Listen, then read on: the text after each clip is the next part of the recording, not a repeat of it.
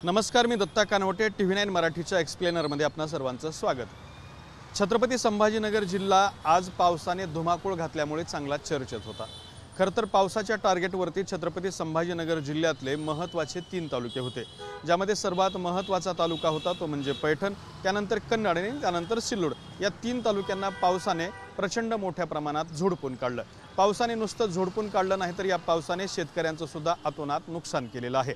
आपण जर पैठण तालुक्याचा जर विचार केला तर पैठण तालुक्यातल्या पंथेवाडी गावामध्ये अचानक आलेल्या पावसामुळे तिथल्या एका शेतकऱ्यांच्या 43 मेंढ्या आणि 3 जनावरं जे आहेत ते सुद्धा मृत्युमुखी पडलेले आहेत। त्यामुळे त्या शेतकऱ्यावरती खूप मोठं संकट कोसळलं। त्या शेतकऱ्याचं शेतातलं पीक सुद्धा वाहून गेलेलं आहे।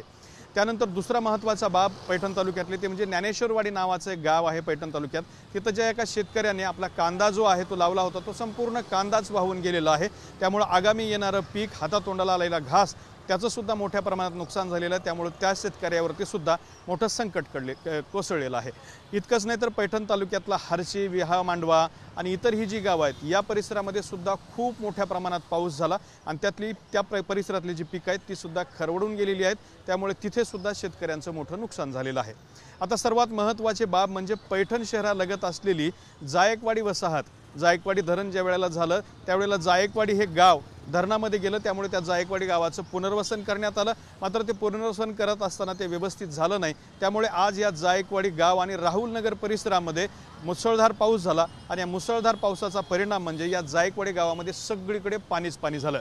प्रत्येक घरामध्ये गुडघ्या इतकं पाणी होतं आणि ज्या रस्त्याने लोक ये जा करायचे त्या रस्त्यावरती सुद्धा पाण्याचे अक्षरशः मुसळधार पाणी त्या ठिकाणी वाहत होतं। या रस्त्यांना नदीचं स्वरूप आलं होतं, मुसळधार वाहणाऱ्या नदीचं पुराचं स्वरूप आलं होतं। त्यामुळे या जायकवाडी वसाहतीचं सुद्धा जनजीवन बराच काळ विचलित झालं होतं।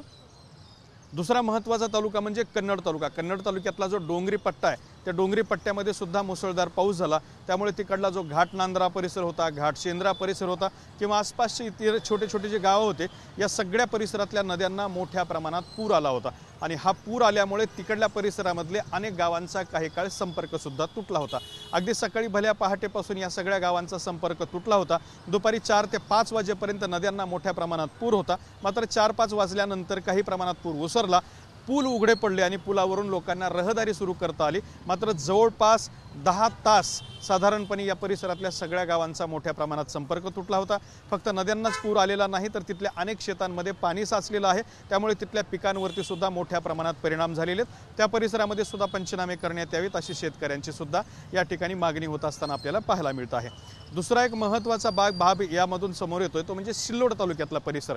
सिल्लोड तालुक्यामधल्या सुद्धा भराडी असेल किंवा इतर जी गावं आहेत त्या गावामधल्या परिसरामध्ये सुद्धा मोठ्या प्रमाणात पाऊस झालेला आहे। तिकडल्या सुद्धा नदी नाल्यांना पूर आला आणि शेतीचंही नुकसान झालेलं आहे। एकूण काय तर छत्रपती संभाजीनगर जिल्ह्यातल्या पैठण असेल, कन्नड असेल आणि सिल्लोड असेल या 3 तालुक्यामध्ये मोठ्या प्रमाणात पाऊस झाला। त्या परिसरामध्ये शेतकऱ्याचं अतोनात नुकसान झालेलं आहे।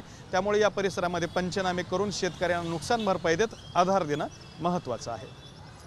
कॅमेरामन हर्षल निकम सोबत दत्ता कानवटे, TV9 मराठी, छत्रपती संभाजीनगर।